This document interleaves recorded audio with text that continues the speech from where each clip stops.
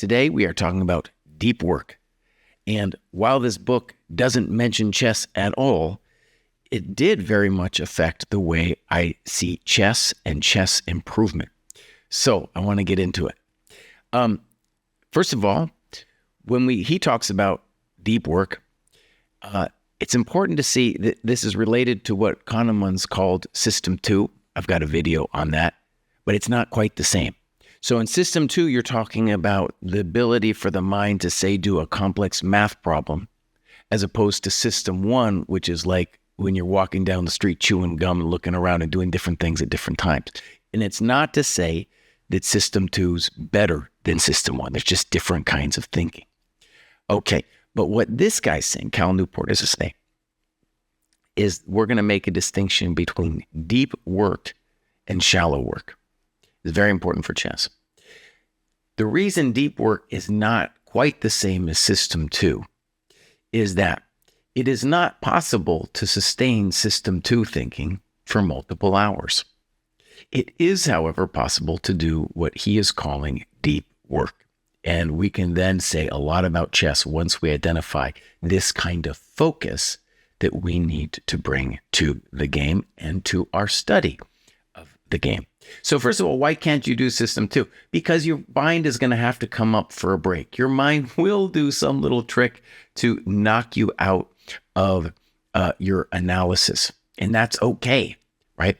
But the trick is, can you remain focused on the game at hand, right? So for example, you might be studying, and instead of, thinking about something else that's with the game, you might make a joke about the kind of position you're dealing with, right? Or you might be trying to look for a different angle on the current situation you're thinking about, right? So there's a lot of different ways to come into the problem, step back, and go back into it, right? While staying focused on the task and kind of really going from System 2 to System 1 and back, right? Okay, now, let's talk about deep work and shallow work in the world of chess. So to my mind, the clearest example of deep work is when you're actually playing, when you are all the way in. Some people are more distracted than others in that kind of situation. We're going to talk more about it. But also, say, doing very difficult puzzles, right? Ones where you might get some answers wrong. An example of shallow work could be, say, opening training, like doing a course on Chessable, or maybe, looking at what the computer says about some opening position, maybe doing some puzzle rush. Now, again, it's not to say that this is unimportant. You might have to do you will have to do that kind of work as a chess player, but it's not deep work. And we're going to talk a little bit why this deep work is so much more important. Okay, so the first thing I want to do is I want to look at some dojo time graphs. This has everything to my mind to do with deep work. In front of us, we have a game of a 30 plus 30 game, so 30 minutes plus 30 seconds extra per move. And what you can see here is something I see all the time. I do a graduate show every Wednesday and Thursday for the dojo graduates, and I see this all the time, and it's kind of infuriating, but this book helps me explain it. Okay, so what we see is white was not capable of thinking. White is the white player's graph. Blue is the black player's graph. White was not capable of thinking, and at a certain point around move 33, dude just completely started playing impulsive moves and actually gained time, i.e. played his moves or her moves under 30 seconds a move, right? And so what happens is there's a difficulty in thinking. Now, you could say to yourself, oh, well, once I realize that, then it's easy. I'll just start focusing. And there's the trick. We're going to talk a little bit more about that. But before we do that, let me show you what a good time graph looks like. Beginning around the Dojo 1900, so about 2200 in our online ratings, we begin to see grandmaster level graphs like this one, where both players are thinking. You can see up to move 10, even they were kind of comfortable in their opening, right? This is 90 minutes plus 30-second increment. And then they had to think, and then they went deep. And that's the way, when I look at these time graphs from GM level games, and the cohorts below that, that's what they look like, right? Okay. So very important. We're going to talk more about it now. So one of the things that the book says, I think the most important takeaway I had, it was just one sentence. And that was that he said that, and this has been experimentally confirmed, okay, is that people who are just beginning, but he calls them novices, are only able to achieve focus or deep work for about an hour. Those who achieve an expert level can sometimes get to 3, and then the very highest level you get 4, right? But basically at that point too, it's over. It's over. There's no more. Doesn't matter how much training you've done for yourself, you're not getting more than that, okay? 3 is a great benchmark, I think. I know for myself, I'll tap out at 3. Okay, so this is a very important finding for the chess world. Let's talk about it. So first of all, when you play a classical game, that's about the length of a high-level game, 3 to 5 hours.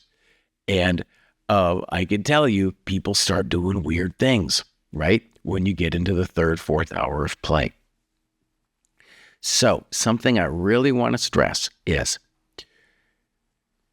perhaps the key skill that you are learning as a chess player is not just the tactics and the openings and the stratagems and all that stuff. It's not that that isn't important, but what you're really learning is you're learning how to focus, to achieve deep work for a sustained period of time, right? And what we see as we go up the cohorts is that time graph changes. People are able to think longer. And it's just a fascinating thing because I've been dealing with this as a coach for years, right? At the dojo too, we've been yelling at people being like, no, you need to think. But it's not that simple. It's a skill that has to be developed. And I think once you understand it from that perspective, then it's like, oh, wait a second. How do I develop this skill? Now, I'm going to give a couple guidelines from the book about how to develop the skill. But I want to stress something here that I think is very interesting just for chess in general. I have known many chess players through the years. And one of the curious things that I've seen is that those of us who achieved a fairly high level, even though we wasted our youths, we wasted our youth on chess, right? Those of us that did it were still managed to be successful in other areas of life. And the claim I would like to make is that it was the ability for these people to learn how to think that enabled them to have focus that allowed them to explore and achieve value in other areas that weren't chess. Now, the point I want to follow on this is, for years there's been the question, oh, if we teach our kids chess, will they get smarter? And all of the psychologists came out and, they did basically like SAT style tests on these kids. Now, what is an SAT style test? It's like you have to do logic or math problems, word problems under a fairly constrained time period, and you have to get the answers right. But that's not deep work. That's not deep work. So I think from that perspective, what you're doing is you're measuring the wrong thing. Now, first of all, that psychological experiment is interesting. It's saying chess is not going to make you smarter in an IQ test kind of way. And in fact, the IQ people are like, no, you can't get smarter anyway. It's a bummer of a result. But it's still counterintuitive to think that you could be training your mind in a thing like chess and not get stronger. In the same way that if you trained your body, we all know, have had the experience of becoming stronger. So why doesn't it work with chess? And the answer is, what this book has taught me, is of course it does.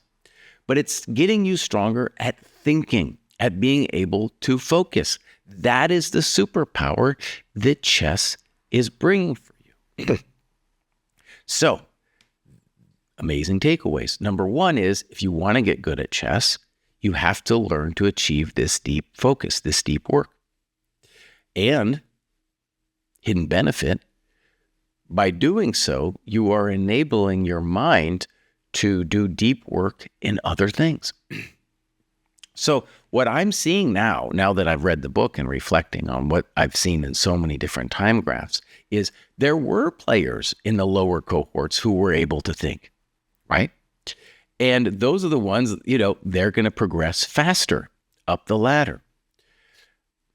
But in general, right, what we saw was a pattern of, what these people are learning is they're learning to think longer. And those that don't get stuck. And many strong GMs, myself, can get stuck as well. I'll tell you now, I have been stuck. And we can talk a little bit now about why, in terms of the habits you need to form to do deep work. Okay, the first thing is, for everybody, the phone and the internet are killing us. They're killing our attention. I'll give you just a simple example. I love to do difficult problems. I recently reviewed Perfect Your Chess, your book I love. And what I did was, without thinking about it, I was like, okay, I'm going to time myself. I use the 3-6-9 method, right? Where you write down what you've got at 3 minutes, 6 minutes, 9 minutes. I talked about that in the last vid, but I was doing it with my phone. So what happens at the end of a hard problem when I'm just totally cooked and exhausted? Maybe I got something wrong. I'm like, dude, I'll take a little break. And then all of a sudden I'm online looking at some dumb crap. And it's not just the time that I'm wasting. This is something the book is pointing out. It's also that my mind is getting distracted in a way which is decreasing the ability for my mind to achieve that deep focus. And what do I want? I want to have the ability to do 3 to 4 hours of work. But that little break destroys the actual ability that I'm working on. Yes, it's nice to learn some tactics, but really, I need to learn to think for 3 to 4 hours. That is the key depth that a chess player needs to cultivate. Look at the way Gukesh plays, dude. That guy will go deep. That guy's going deep. You watch him and it's like, oh man, 0 breaks in concentration. It's very impressive. It's very hard to learn. Okay, so I actually got myself, I ordered myself an analog clock so that instead of my phone waking me up and me being tempted by that crap, I have that thing there. Or when I do the 3-6-9 method, I'm going to have that analog clock there, and I'm not going to have the phone in front of me. Next, you need to carve yourself time, and you need to tell the world they can go screw themselves. Forget the world, right? And it's not forever. You can't do it forever anyway. You just need to get yourself that block of time to practice that concentration. Now, in the book, he's talking about some people, they'll take little snippets of deep thinking, doing this and that and the other thing. But for a chess player, the dream is get yourself that 3 to 4 hours so that you can really go for it when you play a game. In the lower cohorts, of course, it'll be a shorter time control. And you can start yourself with that kind of time limit. For example, that game we looked at before, that was a 30 plus 30. That would be if you could train yourself for an hour and a half. Great start, right? Okay. Something now some people won't like, but I'm going to say there's kind of a religious aspect to this. And so this time that I'm carving out, I want to call it sacred time. Now, I'm an atheist. I don't even believe in some of the weird stuff out there. But I'm just saying, for me, that is a spiritual experience when I can get into something. It's not just about chess improvement for me. It's about something deeper. And especially with chess, when it's beautiful, right? You're communicating with something. I don't know if I want to call it higher, but it is a beautiful thing. And what Dude says in the book, I very much agree with, and personal experience, is that if you don't have any deep thinking in your life, deep work, it's going to be like you don't have a vitamin, and there's going to be a kind of disease that follows on that. And that disease is this world of distraction that's so easy to fall into. And I will definitely say I have been a victim of that, just like everybody else. It's so easy for me to just turn on some stupid phone and get my entertainment that way, right? Terrible, terrible. Finally, I want to end with this. I think he makes a very good point that there is a lot of value in downtime for the mind. So, for example, let's say you've done your deep work. It's very tempting to then be like, well, I'm going to just go online and chill out, look at some Instagram reels or something, right? But the problem with that is you're not giving your mind time to just let it go and to not be distracted and just, be in a spot where you're not getting cheap thrills through the internet. And for the chess player, I'll say this is very interesting, is that, he talks about going on a getaway, like a deep work getaway. I love the idea. In a lot of ways, though, for chess players, that is our tournament. We go out for, maybe it's a weekend tournament, maybe it's a longer than a weekend tournament, right? You go out there and it's like, I'm not talking to my girlfriend. I'm not talking to my kids. Nothing. Nothing. I'm not talking to anybody. And sometimes it's really hard work and exhausting. So if you have to play 2 rounds a day, for example, and let me just I wanted to mention this is 2 rounds a day in terms of this value of the downtime for the unconscious. If you do have to play 2 rounds a day, do not get on the devices in between those rounds. What do you have to do? You got to take a nap, buddy. You got to lay down. Even if you don't sleep, you just got to close your eyes and let it go for a little bit. There is value in that kind of regenerative, just doing it, that will help you when you come back. Also, if you take a walk, it would be great. He actually talks about this. Way better to do it in nature than if you're in a city and you have to worry about all the people and blah, blah, blah, the streetlights, all that distraction. That was actually proved empirically in a University of Michigan study. Amazing. Okay, so I'm going to leave it there. The value of deep work for chess players, a skill we have to learn and cultivate to get better, and a skill which translates to other areas of our lives. Did you know that the dojo is so much more than a podcast? We've got tactics, a database, a training plan for everybody, a community of people trying to get better. So come check us out, ChessDojo.club. Hit the link in the description.